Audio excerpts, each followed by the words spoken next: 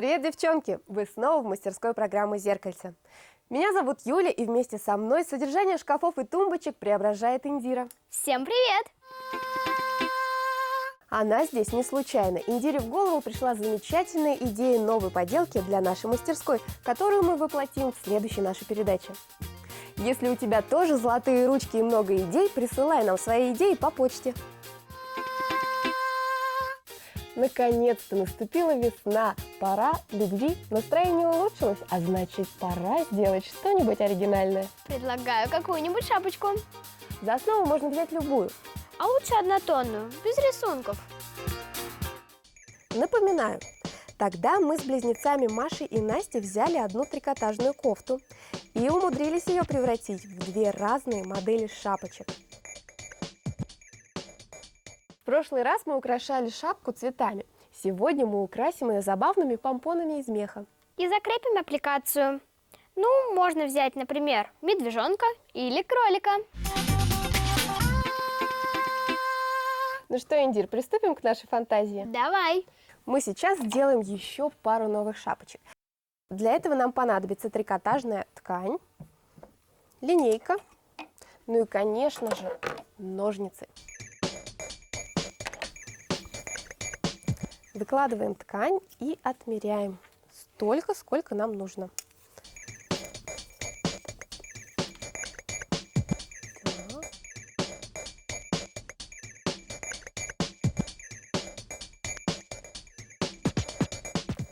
Мы разложили нашу трикотажную ткань, отмерили ее, и теперь нам понадобятся ножницы.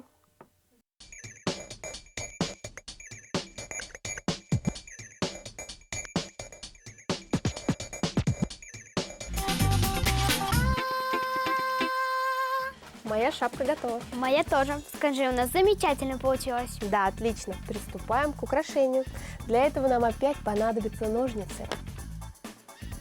Если под рукой есть ножницы, любую придумку можно осуществить. Да и правда, вот эти самые ножницы появились для того, чтобы стричь овечек. Ученые спорят до сих пор, где же родина первых ножниц, в Древнем Китае или в Древнем Риме.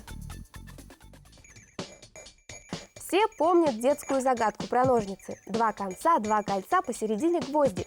Когда этот инструмент только-только появился, никаких колец и в помине не было. Чтобы подстричь овечку или барашка, нужно было использовать нелегкое усилие пальцев и надавливать всей ладонью.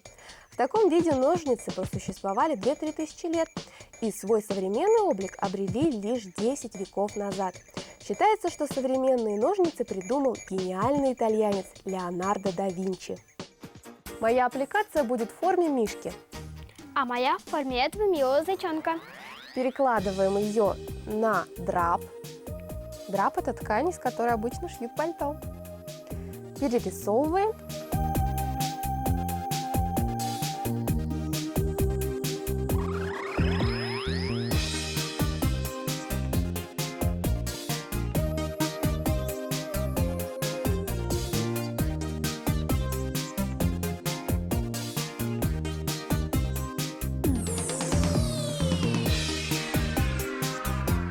И вырезаем. Рисунок для аппликации может быть любой. На что решится ваша фантазия? Наши помощники ножницы. По контуру аккуратно вырезаем наших зверюшек.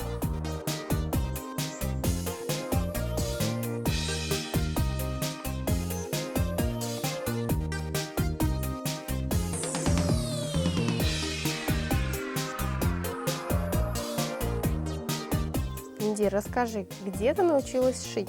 С 4 класса у нас появились уроки труда отдельно для девочек и для мальчиков. Именно там я и научилась шить. Здорово. А у меня в школе не было трудов. У меня была музыка, сольфеджио, хор, муз-литература. Я училась дома. На шторах и маминых платьях. Что ты шила первый раз? Первый раз я вышивала крестиком котенка. Мой медведь готов. Индира, расскажи, кто тебя надоумил отправить нам письмо? Я сама. Я посмотрела в зеркальце и решила отправить вам свои идеи. Здорово. Мой медвежонок готов. Мой зайчик тоже. Отлично. Осталось сделать помпоны.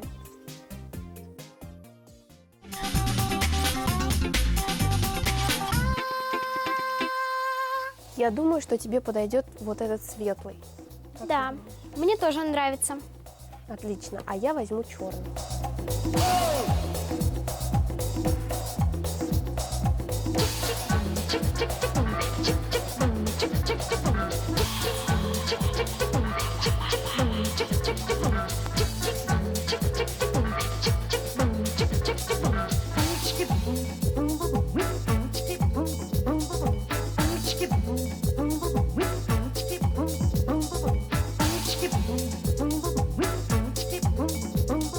Идир, а ты не задумывалась, почему у портных и у парикмахеров так много разных ножниц?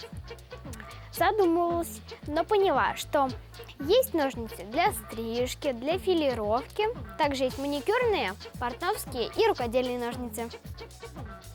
А в мастерской «Зеркальце» мы всегда используем швейные ножницы. А разве не портновские? Портновские у нас тоже есть, но они большие, и с ними тяжело работать.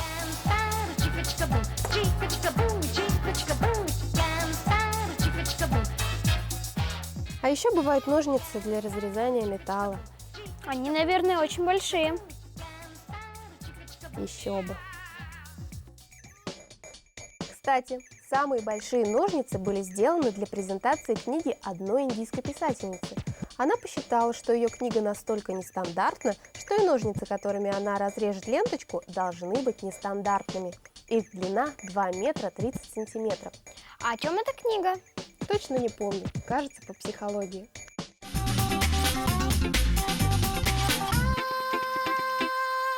Пока мы болтали про наши инструменты, мы сделали вот такие помпончики.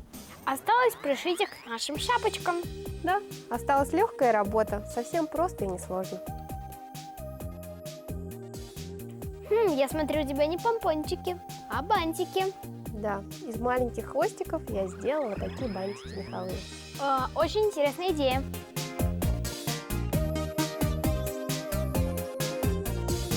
Пара стежков и готово. Второй мы пришьем симметрично.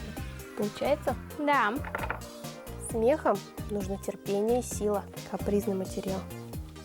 Кстати, мех ножницами резать не стоит. Лучше использовать лезвие, чтобы не повредить шерсть.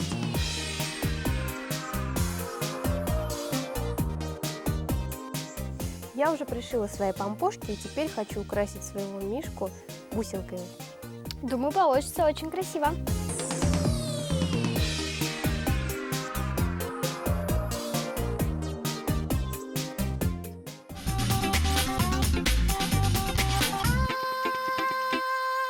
Термоклей очень горячий, поэтому делайте все аккуратно.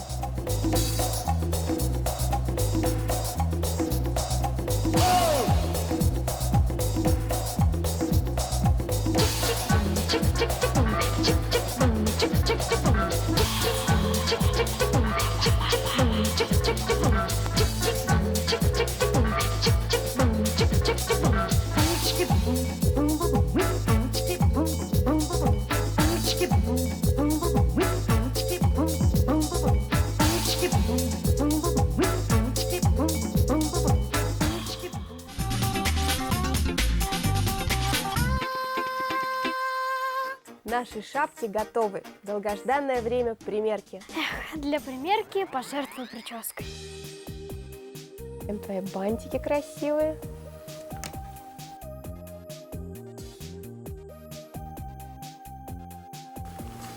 Давай тебя поправлю чуть-чуть прямо. А у меня ровно сидит. Так, давай тебе тоже поправлю.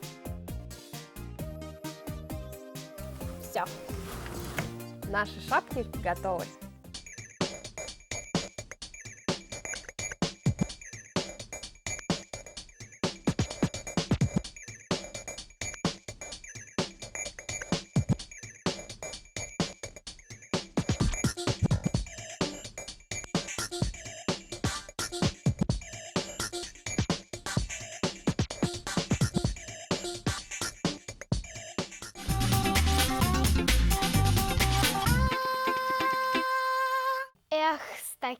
помпошками даже в самую пасмурную погоду будет веселее. Не бойтесь экспериментировать, подходите ко всему творчески. Увидимся в зеркальце. Пока-пока!